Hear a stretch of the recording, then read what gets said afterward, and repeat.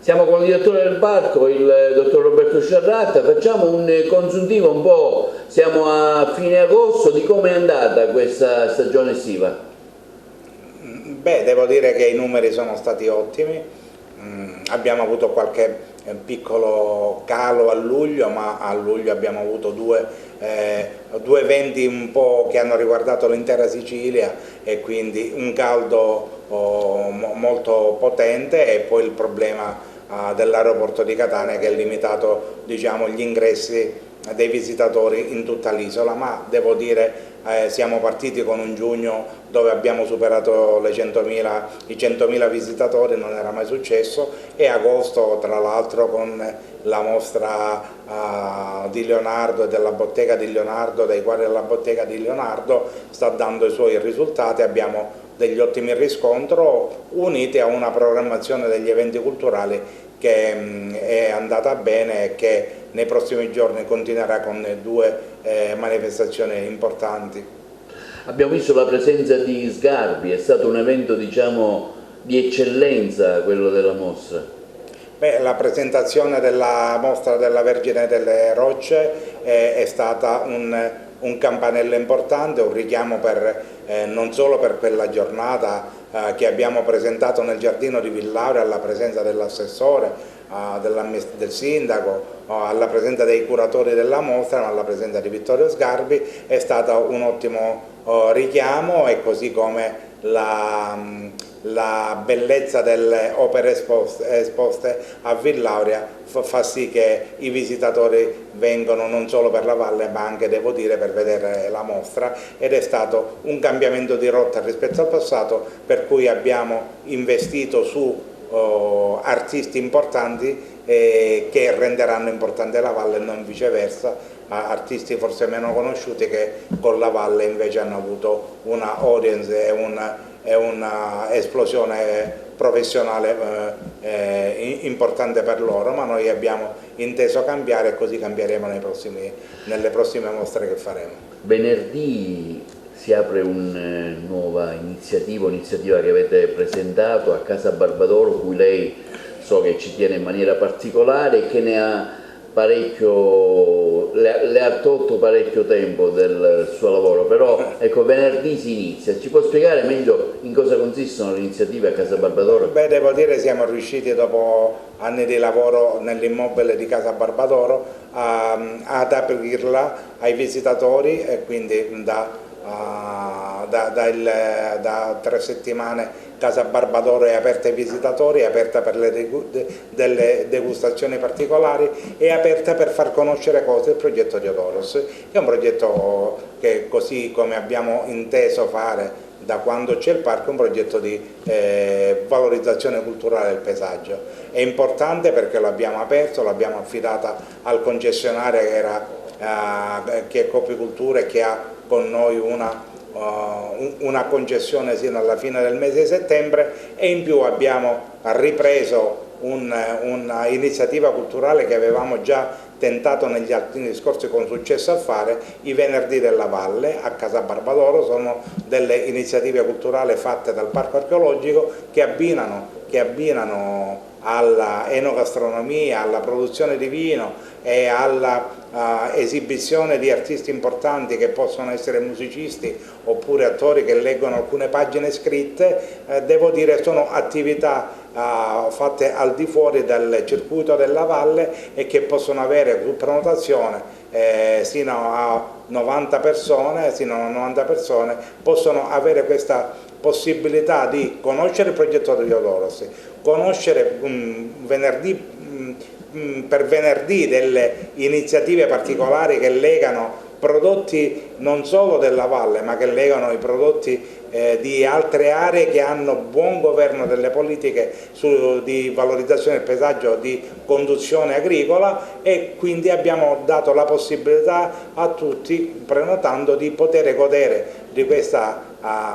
impareggiabile cena che si svolge a Barbadoro ma che si svolge soprattutto sotto il Tempio della Concordia e il Tempio di Ercole. Quest'anno, a proposito di Tempio, non ci sono più gli spettacoli a Giunone, però avete allestito un vostro autonomo palco all'interno della panoramica dei templi, dove avete dato la possibilità a tanta gente, grazie anche a diversi spettacoli gratuiti, di usufruire anche della valle, oltre che passare qualche momento, diciamo, lieto. Sì, era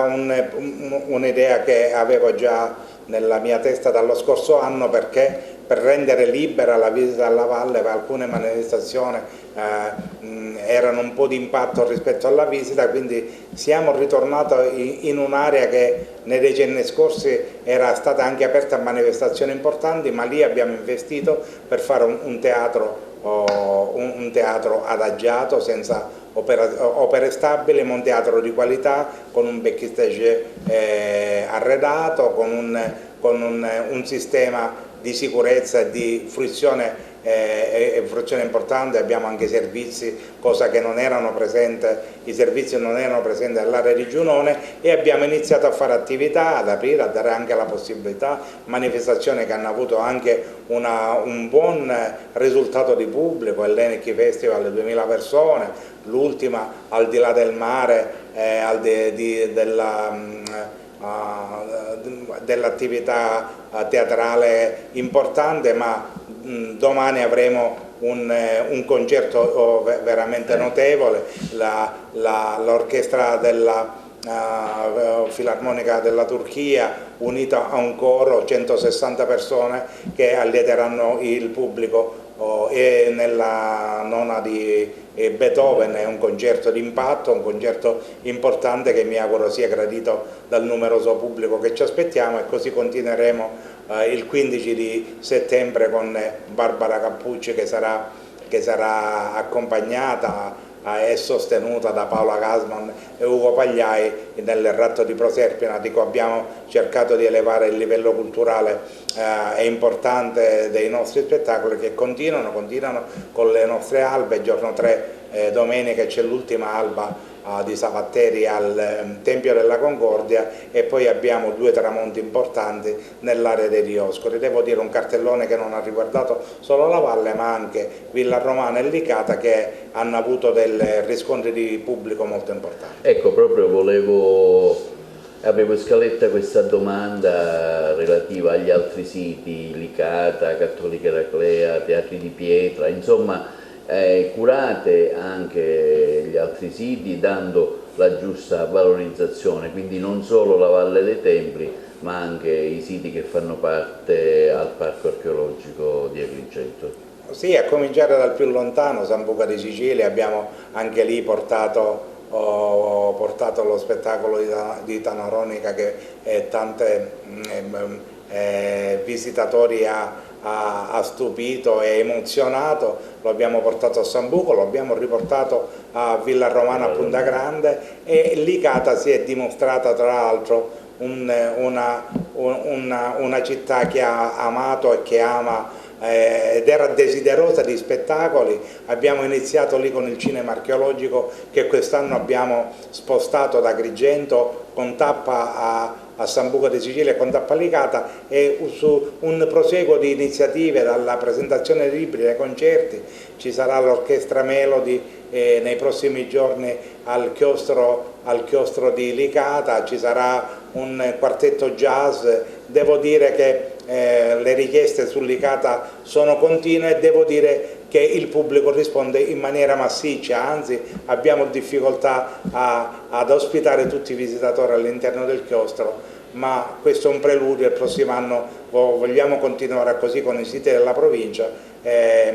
così come abbiamo fatto quest'anno, ma in maniera forse ancora più intensa come numero di attività culturali. Direttore, l'ultima domanda. Agrigento Capitale Cultura 2025, il ruolo del parco? Beh, noi operatori del mondo dei beni culturali siamo sempre sulla linea di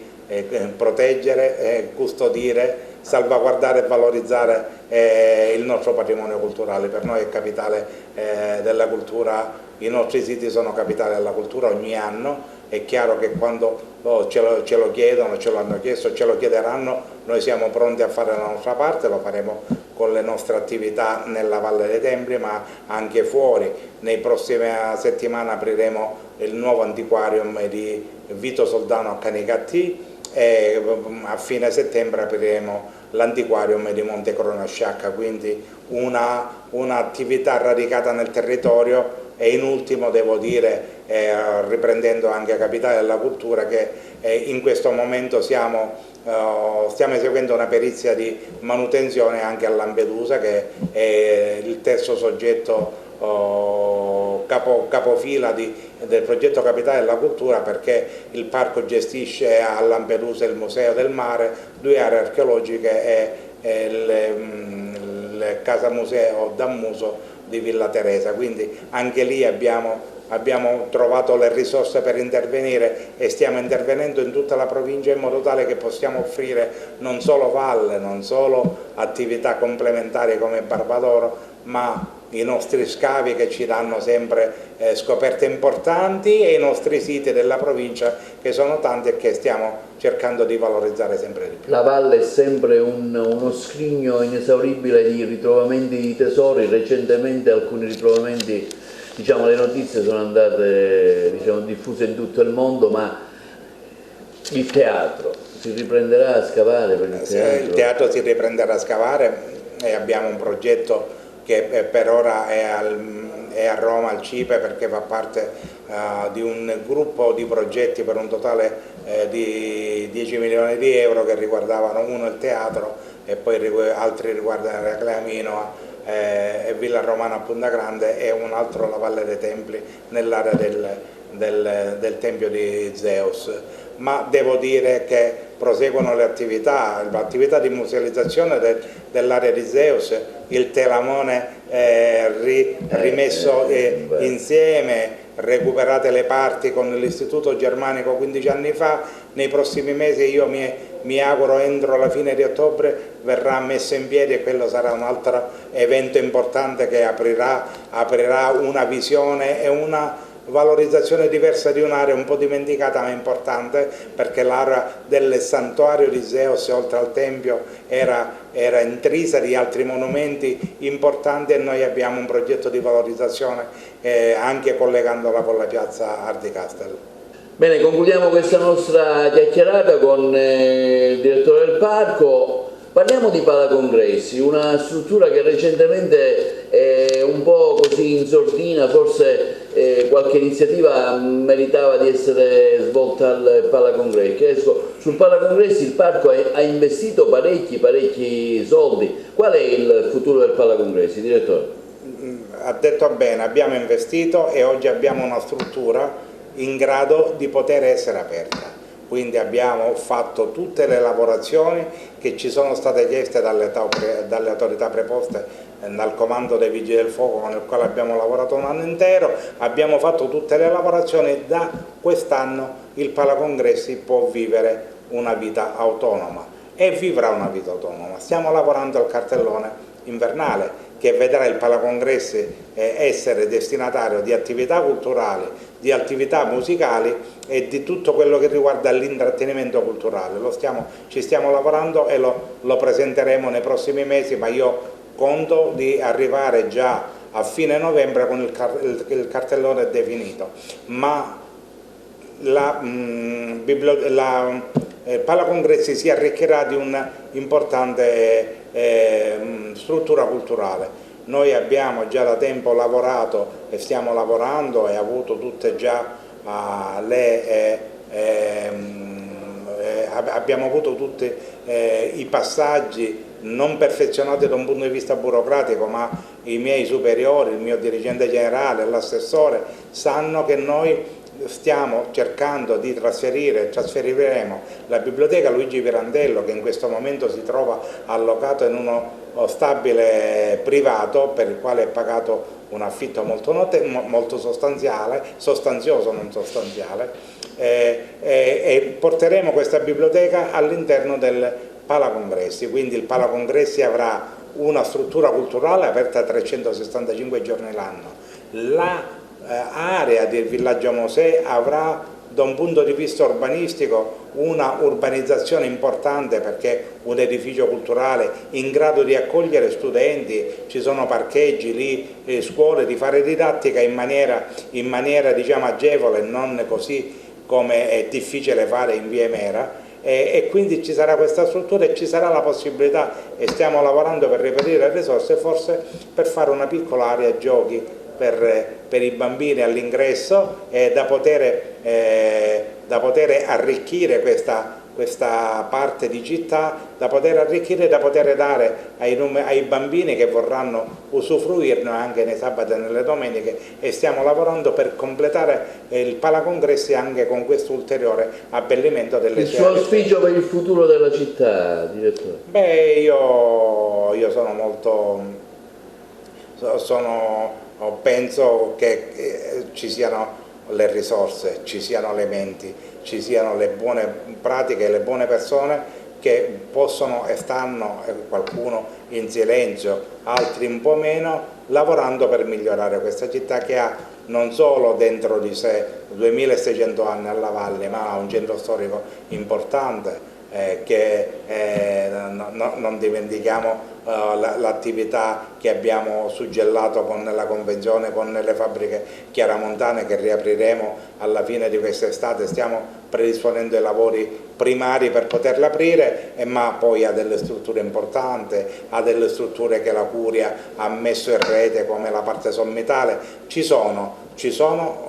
tutti i presupposti per fare decollare. Bisogna lavorare assieme, lavorare di comune accordo, cercando di sviluppare questo territorio che è importante ed è ampio.